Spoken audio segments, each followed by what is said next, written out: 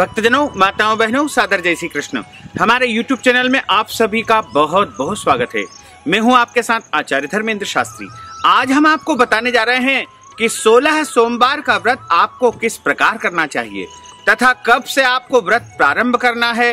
इस व्रत की विधि क्या क्या रहेगी, इस व्रत में कौन कौन सी वस्तुएं खा सकते हैं आप, तथा व्रत में कौन कौन से नियम आपको पालन करना होंगे, तथा 16 सोमवार के व्रत का उद्यापन कैसे करना चाहिए, तथा इसकी पूजा कब करनी चाहिए, पूजा की विधि किस प्रकार रहेगी। तो हमारे इस वीडियो को आप अंत तक जरूर देखिएगा, तभी आपको पता लगेगा कि 16 सोमवार का व्रत किस विधान से पूर्ण फलदायी होगा। क्योंकि कई लोग कहते हैं हमने कई बार 16 सोमवार के व्रत किए लेकिन उनका कोई फल नहीं मिला। तो हम आपको बता दें कि जब तक किसी भी व्रत को पूर्ण विधि तथा विधान से, नियम से आप करते हैं तभी आपको पूर्ण फल की प्राप्ति हो पाएगी।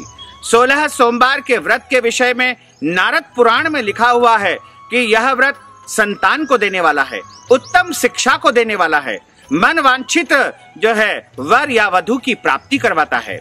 इसके अलावा कार्य क्षेत्र में, कारोबार में, नौकरी में, व्यापार में, सभी जगह पारिवारिक रूप से, स्वास्थ्य की दृष्टि से, लक्ष्मी प्राप्ति के विषय में, अन्य सभी मनोकामनाओं को तत्काल पूर्ण यदि कोई करता है तो वह 16 सोमवार का व्रत करता है। 16 सोमवार की कलयुग में अत्यंत दिव्य महिमा है। कहा गया है कि जो महिला या पुरुष इस व्रत को पूरी श्रद्धा और भक्ति से करेंगे उनकी मनोकामनाएं निश्चित तौर पर पूर्ण हो जाएगी, इसमें कोई भी संशय नहीं है।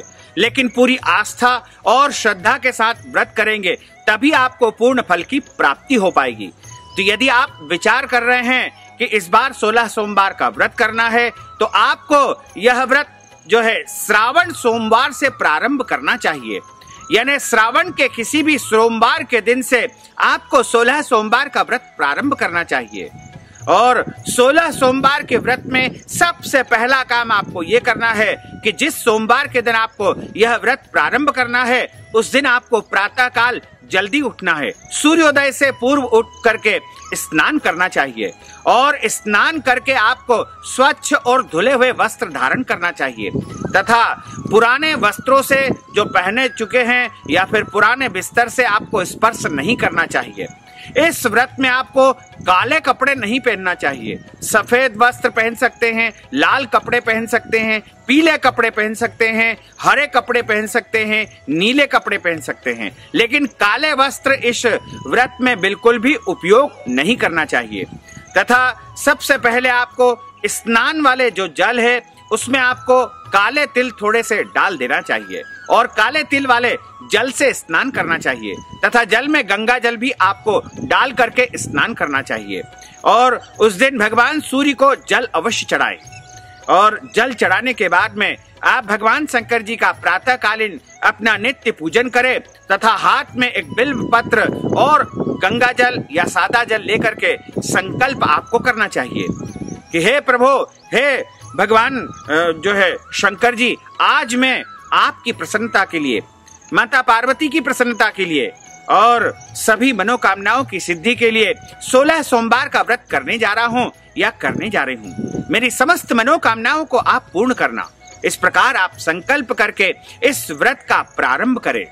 और आपको ध्यान ये रखना है कि उस दिन अच्छी प्रकार से श्रृंगारित अपने आप को करना चाहिए।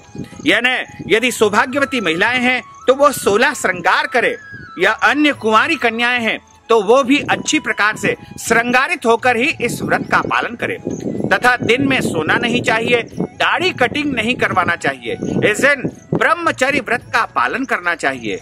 किसी से जो है झूठ नहीं बोलना चाहिए और क्रोध नहीं करना चाहिए। लड़ाई झगड़ा, वाद विवाद इत्यादि कर्म बिल्कुल नहीं करना चाहिए। बड़े बुजुर्गों का अपमान नहीं करना चाहिए और पूरे दिन पूरी निष्ठा और भक्ति के साथ में व्रत करना चाहिए।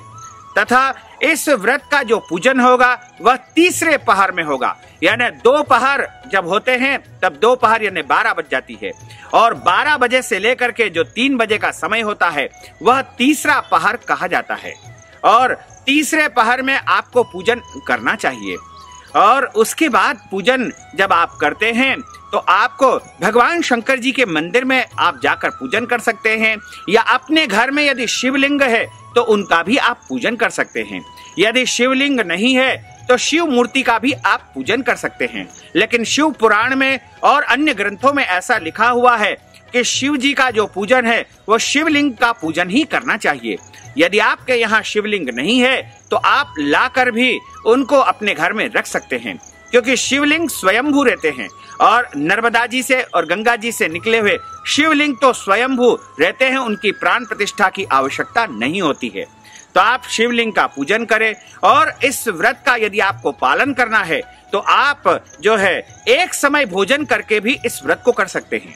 यानी भोजन के रूप में शुद्ध सात्विक भोजन आपको करना है।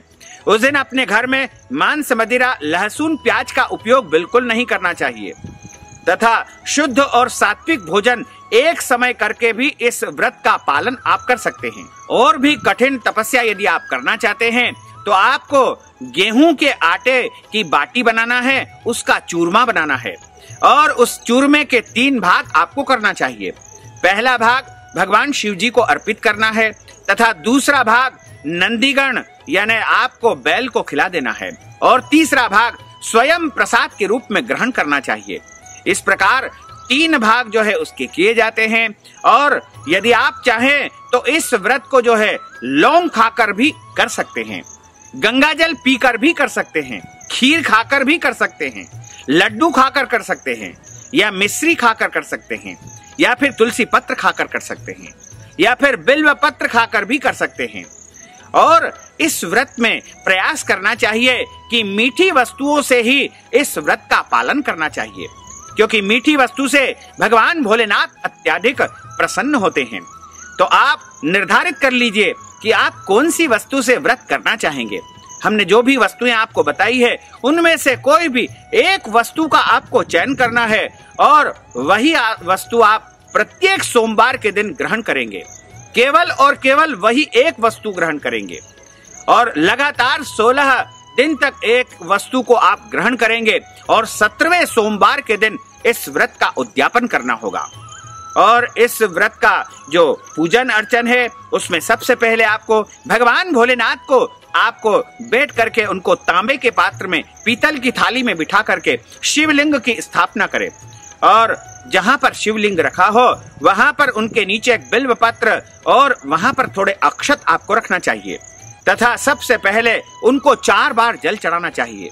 जब आप पूजन करें तो ओम नमः शिवाय इस महामंत्र का उच्चारण आप निरंतर करते रहे। जल चढ़ाने के बाद गंगा जल चढ़ाएं तथा पंचामृत से उनको स्नान कराएं। पंचामृत का अर्थ होता है दूध, दही, शहद, शक्कर और घी। ये 5 चीजों से मिलकर के पंचामृत बनता है, और इसके अलावा उसमें गंगा जल और पंचमेवा भी डाल सकते हैं।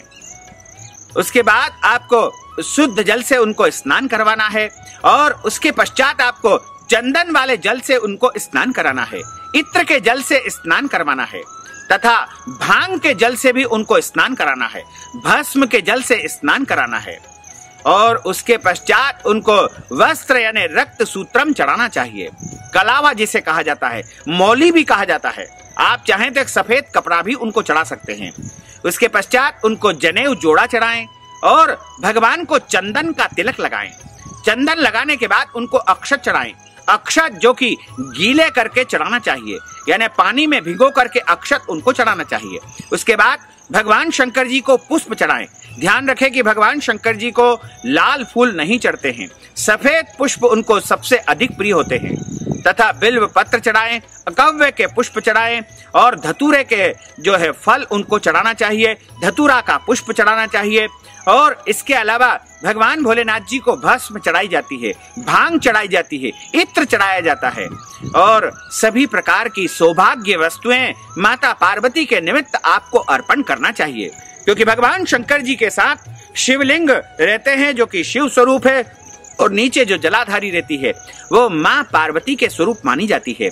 उनको सौभाग्य की वस्तुएं जैसे कंकु, अबीर, गुलाल, हल्दी, मेहंदी, सिंदूर और साड़ी, बिछिया, पायल ये वस्तुएं चढ़ाना चाहिए, तथा इसके पश्चात उनको धूप बत्ती दिखाएं, दीप दिखाएं, और उसके बाद हाथ धो लीजिएगा। हाथ धोने के बाद आपने जो भी भोजन उस दिन तैयार किया है या जिस वस्तु से आप इस व्रत को जो है करना चाहते हैं, वह वस्तु भगवान के सामने रख करके उस पे एक बिल्व पत्र रख करके नैवेद्यम लगाएं, यानी भोग लगाएं। उसके आसपास 3 बार जल आपको घुमाना चाहिए। उसके बाद उनको लौंग, इलायची, पान भी चढ़ाएं तथा भगवान शंकर जी के सामने एक नारियल रखें। नारियल को फोड़ना नहीं चाहिए। शंकर जी के सामने जो है आपको जो है सीधा का सीधा नारियल चढ़ा करके उस पे दक्षिणा रख देना चाहिए। उसके बाद भगवान के सामने ऋतु फल अर्पित करें। ऋतु फल में उस समय जो भी फल उपलब्ध है, जैसे आम चढ़ा सकते हैं, केला चढ़ा सकते हैं, अंगूर चढ़ा सकते हैं, सेव फल चढ़ा सकते हैं, पपीता चढ़ा सकते हैं, या जो भी फल उस समय उपलब्ध हो वो फल आप भगवान को अर्पित करें। उसके पश्चात भगवान से जो है आप प्रार्थना करें, दक्षिणा चढ़ाएं और भगवान से जो है क्षमा प्रार्थना करने के पश्चात उनकी आरती करें। आरती के पहले आपको कथा का श्रवण करना चाहिए। कथा जब आप श्रवण करें तो हाथ में बिल्व पत्र और पुष्प रख करके कथा श्रवण करना चाहिए। इस प्रकार जिस दिन आपने, जैसे एक सोमवार को आपने 3 बजे यदि आपने पूजन किया है तो प्रत्येक सोमवार को आपको 3 बजे ही पूजन करना चाहिए। एक निर्धारित समय पर ही आपको पूजन करना चाहिए, क्योंकि प्रत्येक सोमवार के दिन भोले बाबा आपका इंतजार करेंगे कि आप इस समय उनका पूजन अर्चन करेंगे। इसलिए आपको पहले सोमवार से ही पूजन का समय निर्धारित करना होगा। 3 बजे यानी 3 बजे, 4 बजे यानी 4 बजे, 5 बजे यानी 5 बजे, यानी प्रत्येक सोमवार को आपको एक ठीक समय पर भगवान का पूजन अर्चन करना चाहिए। तथा पूजन अर्चन जब संपन्न हो जाए तब आपको भोग प्रसाद ग्रहण करना होगा और भोग प्रसाद आप एक स्थान पर ही ग्रहण करें, यानी इधर उधर चलते फिरते आपको भोजन या वो भोग की सामग्री ग्रहण नहीं करना चाहिए। एक स्थान पर बैठकर ही आपको भोग प्रसाद ग्रहण करना चाहिए तथा नियम का पालन करते हुए पूरी निष्ठा के साथ में, पूरी श्रद्धा के साथ में आपको निरंतर 16 सोमवार का व्रत करना चाहिए। इस बीच में यदि माताओं बहनों को मासिक धर्म, पीरियड की कोई समस्या आती है तो ऐसे समय में वो व्रत तो करे लेकिन पूजन नहीं किया जाएगा। साथ ही 16 से अधिक सोमवार उनके हो जाएंगे और जब अधिक सोमवार हो जाएंगे तो जब भी उनके कंप्लीटली 16 सोमवार हो जाएंगे तब 17वें सोमवार के दिन व्रत का उद्यापन उनको करना होगा। और इस व्रत के उद्यापन के दिन आपको किसी ब्राह्मण को बुला करके और विधि विधान से जो है सुंदर वेदी बनाना चाहिए। और उस दिन जो है यदि संभव हो तो आपको 16 जोड़ों को भोजन करवाना चाहिए। यदि संभव नहीं हो तो एक जोड़ों को आप भोजन करवा दे, यानी पति पत्नी को मिलकर के एक जोड़ा बनता है। और उनको जो भी सामग्री आप देना चाहते हैं, वस्त्र दान करना चाहते हैं, पात्र दान करना चाहते हैं, फल दान करना चाहते हैं, वो दान कर देवे। और यदि आप चाहते हैं कि 16 वस्तुओं का दान किया जाए तो आप जो है 16 मंदिर में भी अलग अलग सामग्री दान कर सकते हैं। इस व्रत के उद्यापन के विषय में जो है वैसे तो ब्राह्मण इसको विशेष विधि से संपन्न करा पाएंगे, लेकिन यदि आप को ब्राह्मण नहीं मिलते हैं तो आप अपने घर में कलश का स्थापन करें, गौरी गणेश का स्थापन करें तथा नवग्रह की स्थापना करके उनका विधिवत पूजन करें तथा हवन करें। और हवन करने के बाद कथा सुने और आरती करें। उसके बाद जोड़े को भोजन आप कराएं, उनको दान दक्षिणा प्रदान करें। इस प्रकार आपको निर्धारित समय पर पूजन अर्चन करना चाहिए और इस व्रत का पालन करना चाहिए। इस व्रत में यदि आप पूरी निष्ठा से करेंगे और नियम का पालन करते हुए इस व्रत को करेंगे तो निश्चय ही आपकी मनोकामना पूर्ण होगी और आपके जीवन में जो भी कष्ट है, संकट है, पीड़ा है, आदि है, व्याधि है, वो सब समाप्त हो जाएगी और आपके घर परिवार में सुख शांति समृद्धि का वास होगा, क्योंकि भोले बाबा 16 सोमवार के व्रत से अत्यधिक प्रसन्न होते हैं। जो भी कुंवारी कन्या 16 सोमवार का व्रत करती है उसको मनवांछित पति की प्राप्ति होती है और जो विद्यार्थी 16 सोमवार का व्रत करता है उसकी उच्च शिक्षा जो है पूर्ण हो जाती है और शिक्षा में सर्वोत्तम स्थान प्राप्त होता है। यदि कोई नौकरी की इच्छा से इस व्रत को करता है तो उसे उत्तम रोजगार या नौकरी की प्राप्ति हो जाती है।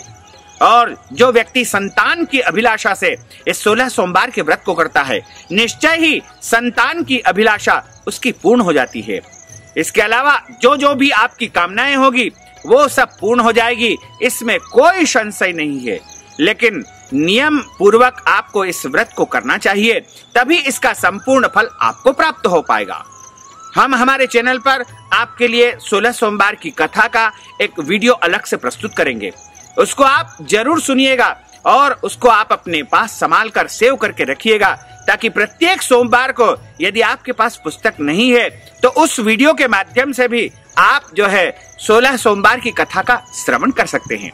तो भक्तजनों, माताओं, बहनों, हमने जो ज्ञानवर्धक जानकारी दी है उसको आप अधिक से अधिक लोगों को शेयर करिएगा, लाइक करिएगा, कमेंट करिएगा और यदि अभी तक आपने सब्सक्राइब नहीं किया है तो अभी और इसी समय सब्सक्राइब अवश्य कर लीजिए। आपको और आपके परिवार को सादर जय श्री कृष्ण, सादर धन्यवाद।